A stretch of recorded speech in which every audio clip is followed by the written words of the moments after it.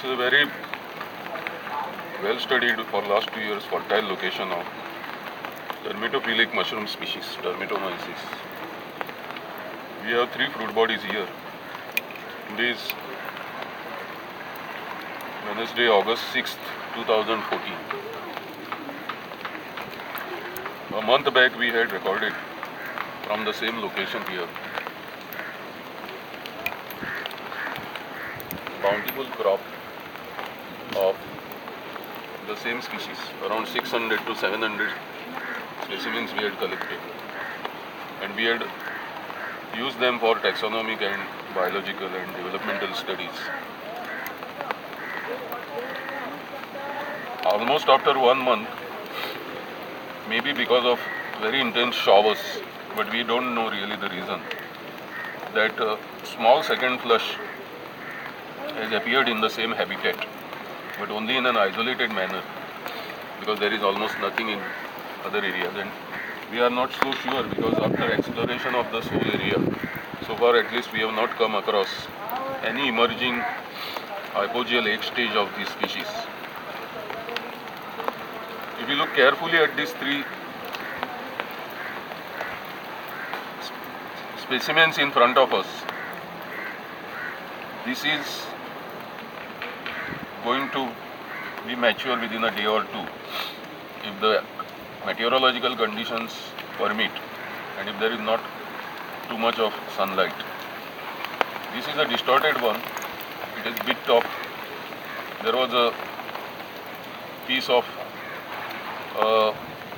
wooden branch here which we have removed before cleaning this area, which might have come into its way. So margin has got distorted, whereas this has got cracked, and you have no idea whether any mycophagic nocturnal animal, especially snails, have consumed it.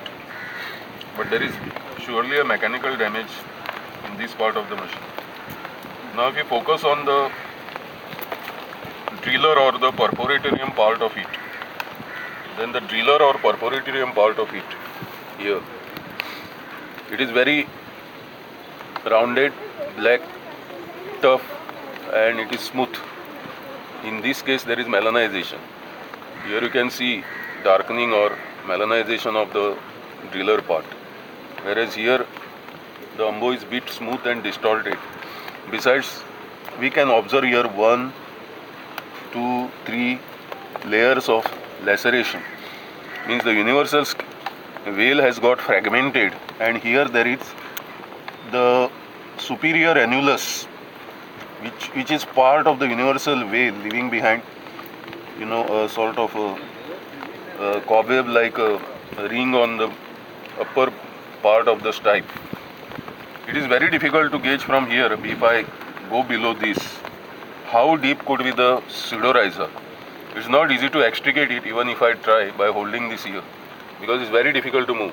It looks like the fungus comb is entrenched between a rocky area, and it may be very small also, but the pseudorhiza may be quite long. It may be even half meter long. So we may give up the attempts to dig out the pseudorhiza, and we may be able to harvest the specimens by cutting them at the point of emergence from the hard rocky lateritic soil. So this one is a distorted specimen. I can see its entire stipe has been fragmented. This is mature.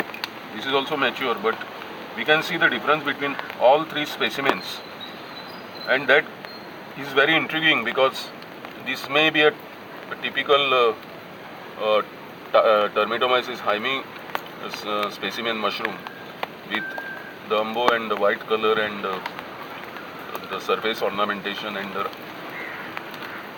entire margin. But this is a bit of a puzzle, because we see a lot of vertical striations originating from the ummonal region, and whereas this we can't make out exactly what would be the shape of this finally. Hopefully it may look like a mature Termitomyces hymi mushroom, but there is a big question mark about the very species diversity, or what we call as species plasticity in genus Termitomyces.